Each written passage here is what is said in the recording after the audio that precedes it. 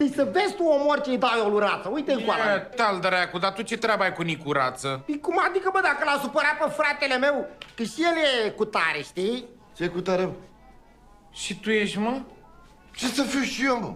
Și tu ești cu tare, mă? Stai, mă, mai zice tu o dată, mă, ce cu tare, mă? Bă, Gianni, deci fii atent. Deci ești și tu cu tare. Deci Bobiță zice că n-avem voie să zicem cuvântul ăla care vrem noi să fim, să ne facem, știi? Trebuie să zicem că suntem cu tare, ai înțeles? Adică taliban, bă? Ia uite, mă, că ai zis, nu mai zice, mă, că cu tare e taliban și talibanii cu tare. Băi, asta-ți mă așa, nu vreau să vorbesc eu cu Nicurață, îi dau un telefon acum, să vină în viteză, voi vă întindeți pe șosea și el trece peste voi, bă, așa, dar nu vă ridicați niciun. Până vine aproape, nebunule, că după aia fac flic-flac. Ești nebun. Da, eu fac dublu flic-flac. E, da, bravo, mă, faci dublu flic-flac. Mă, termină, mă, ciocul mic, dublu flic-flac, te-ai trezit tu acum. Dar ce, mă, n-am voie, mă, eu de că fac triplu flic-flac, n-aș... Triplu flic-flac, bă? Da.